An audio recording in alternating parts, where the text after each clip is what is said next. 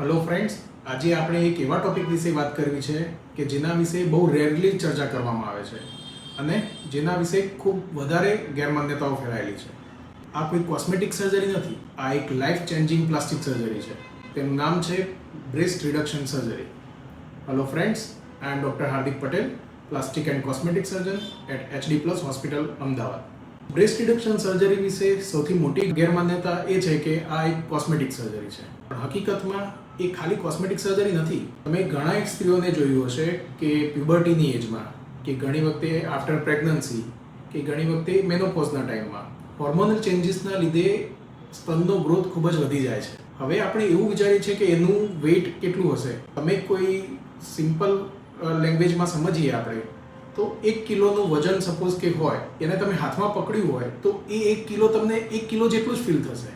પણ જ્યારે 1 કિલોને તમે એક બેગમાં, કેરી બેગમાં પકડીને એને મૂવમેન્ટ કરો તો એ જે 1 કિલો છે 1 કિલો કરતાં વધારે ફીલ થાય. એવી સેમ પોઝિશન બ્રેસ્ટ રિડક્શન સર્જરીમાં થાય છે. જ્યારે ફિમેલને હેવી બ્રેસ્ટ હોય છે ત્યારે એ બ્રેસ્ટ ચેસ્ટ પર લટકતા હોય છે. સપોઝ કે બંને બાજુ 500 ગ્રામ કે 700 ગ્રામ કે 1 kg બ્રેસ્ટ ટિશ્યુ હોય અને એ હેંગિંગ પોઝિશનમાં હોય ત્યારે એ સ્ત્રી જ્યારે કોઈ પણ મૂવમેન્ટ કરશે, ફોર એક્ઝામ્પલ રૂટીન વોકિંગ કરશે કે રનિંગ કરશે કે જીમ કરશે કે કોઈ પણ એક્ટિવિટી કરશે, ત્યારે એની જે પેન્ડ્યુલમ મૂવમેન્ટ થાય એના લીધે એ ફીલ, એનું જે વેટ, રિયલ વેટ 500 ગ્રામ કે 700 ગ્રામ છે એ હકીકતમાં એને 1 kg કરતાં પણ વધારે ફીલ થાય અને એના લીધે એની રૂટીન લાઈફસ્ટાઈલ કોમ્પ્રોમાઇઝ થાય. એ ના જીમ કરી શકે, ના એક્સરસાઇઝ કરી શકે, ના એની રૂટીન લાઈફને એન્જોય કરી શકે.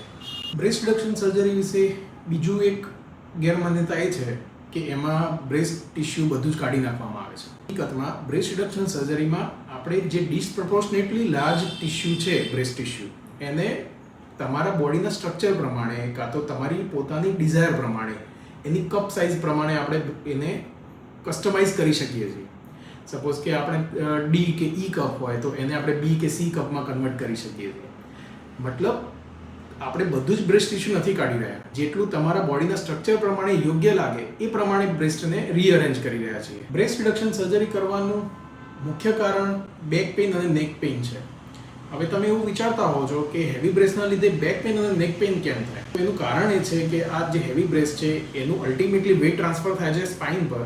અને ઘણી વખતે તમે સ્પાઇન સર્જનની કે એની કન્સલ્ટેશન કરતા હો છો, એ લોકો MRI કરાવે, બધું ઇવેલ્યુએશન કરે અને કંઈ પ્રોબ્લેમ પકડાતો નથી હોતો.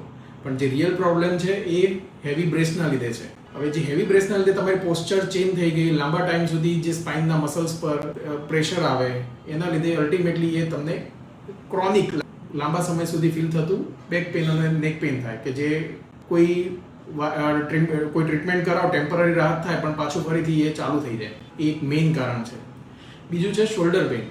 હવે હેવી બ્રેસ્ટના લીધે તમે જે સપોર્ટિવ બ્રા પહેરી હોય છે એનું અલ્ટિમેટલી વેટ ટ્રાન્સફર થાય છે શોલ્ડર પર અને એના લીધે ત્યાં બ્રા સ્ટ્રેપના ઇન્ડેન્ટેશન થાય અને એના લીધે શોલ્ડરની મૂવમેન્ટમાં પણ તકલીફ પડવા લાગે. ઘણી વખતે એની પોસ્ચર આખી ચેન્જ થઈ જાય છે. અને ત્રીજું મુખ્ય કારણ છે વારે ઘડી થતું સ્કિન ઇન્ફેક્શન કે જેને ઇન્ટરટ્રેગો કહેવાય અને કોમનલી બે બ્રેસ્ટની વચમાં કે બ્રેસ્ટની અંડર સરફેસમાં જ્યાં ચેસ્ટ સાથે સ્કિન કોન્ટેક્ટમાં આવે એ જગ્યાએ વારે ઘડીએ ઇન્ફેક્શન થાય. હવે આ જે પ્રોબ્લેમો છે એ અઠવાડિયા, 10 દિવસ કે 15 દિવસના નથી, આ લાંબા સમય સુધી ફીલ થતા હોય. તમે એની માટે મલ્ટિપલ ટ્રીટમેન્ટ પણ કરેલી હોય પણ એનો કોઈ સોલ્યુશન જ ના મળે. એટલે આ જે પ્રોબ્લેમનું ડિસ્કશન કરવાનું મેઇન કારણ જ આ છે કે તમે જે રિયલ પ્રોબ્લેમ છે એને ઇગ્નોર કરીને એનો બીજો પ્રોબ્લેમ પર ફોકસ કરો છો, ફોર એક્ઝામ્પલ બેક પેઇન કે નેક પેઇન. એટલે આ વસ્તુની હકીકતને સમજવાની બહુ જરૂર છે. બ્રેસ્ટ રિડક્શન સર્જરીનો સોશિયલ સ્ટિગ્મા એટલો બધો છે કે કોઈએ સર્જરી કરાવે તો એ નથી કોઈને કહી શકતા. ઘણી વખતે હસબન્ડ રેડી ના હોય, ઘણી વખતે ફેમિલીમાં કોઈને ડિસ્કશન કરો તો એવું સાંભળવા મળે કે આવી તો સર્જરી થતી હશે, એ તો જે હાઈ પ્રોફાઇલ લોકો હોય એ લોકો કરાવે. પણ એવું નથી. આ એક રિયલ પ્રોબ્લેમ છે અને હવે જેમ ઓબેસિટીનું પ્રમાણ વધી રહ્યું છે એમ આ પ્રોબ્લેમનું ઇન્સિડન્સ રેટ પણ વધતો જાય છે. આ વિડીયો બનાવવાનો મેઇન રીઝન છે બ્રેસ્ટ રિડક્શન સર્જરી વિશે સોસાયટીમાં જે સોશિયલ સ્ટિગ્મા છે એને દૂર કરવાનો છે. બ્રેસ્ટ રિડક્શન સર્જરી ખાલી કોસ્મેટિક નથી હોતી, ઘણી વખતે જરૂરિયાત હોય છે. સ્ત્રીઓ ઘણી એના માટે એના ફ્રેન્ડ સાથે કે એના સિસ્ટર સાથે કે એના હસબન્ડ સાથે પણ આ વસ્તુ ડિસ્કશન નથી કરી શકતા અને એને સાયલેન્ટલી સફર કરે છે. તો તમારા પ્રોબ્લેમનું સોલ્યુશન છે. તમે જો પરિસ્થિતિને પહેલાં સમજશો તો જ એનું તમને સોલ્યુશન મળશે. હવે જો આપણે પરિસ્થિતિને જ ઇગ્નોર કરવા માંગીએ છીએ તો એનું સોલ્યુશન નથી મળતું. એટલે આ વિડીયો તમે એવા લોકો સાથે જરૂર શેર કરો કે જેમને હેવી બ્રેસ્ટ છે અને જેની પાસે તમે વારંવાર એવી ફરિયાદો સાંભળી છે કે એને વારે ઘડીએ બેક પેઇન થાય છે કે નેક પેઇન થાય છે કે ઇવન શોલ્ડર પેઇન થાય છે અને ઘણી સારવાર કરવા છતાંય મળતું નથી કે ફિઝિયોથેરાપી કરાવવા છતાંય મળતું નથી.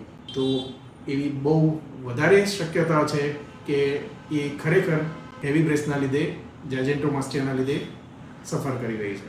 સો ડોન્ટ સફર in silent, consult plastic surgeon. Thank you.